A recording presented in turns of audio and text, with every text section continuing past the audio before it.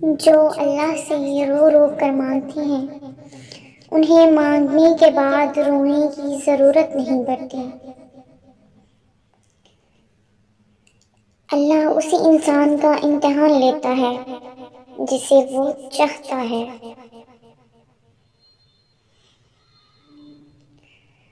وہ انسان کبھی زندگی میں ہار ہی نہیں سکتا جس کی امید اللہ سے ہو۔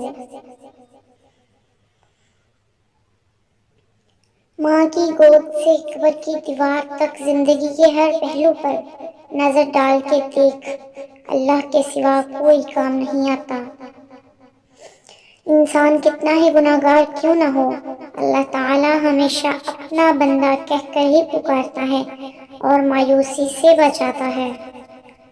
توبہ قبول ہونے کی بڑی نشانی یہ ہے کہ اس کے بعد انسان کا دل گناہ سے ہٹ جائے۔ جس کے کام رب سنوارتا ہے اس کے کام بندے کیسے بگاڑ سکتے ہیں۔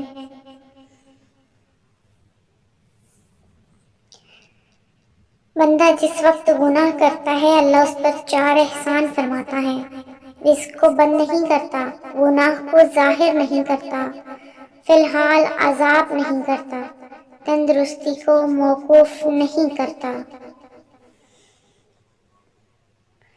ہر کسی کے لیے دعا کیا کرو، کیا پتا کسی کی قسمت تمہاری دعا کا انتظار کر رہی ہو۔ جو نہ مانگو تو نواز دیتا ہے، مانگ لو اگر تو بے حساب دیتا ہے۔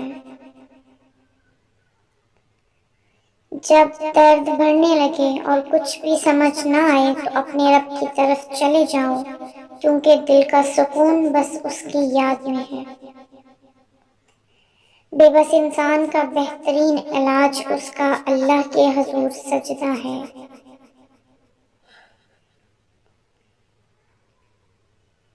انسان گناہ کرنے کی وجہ سے جہنم میں نہیں جاتا، بلکہ گناہ پر مطمئن رہنے اور توبہ نہ کرنے کی وجہ سے جہنم میں جاتا ہے۔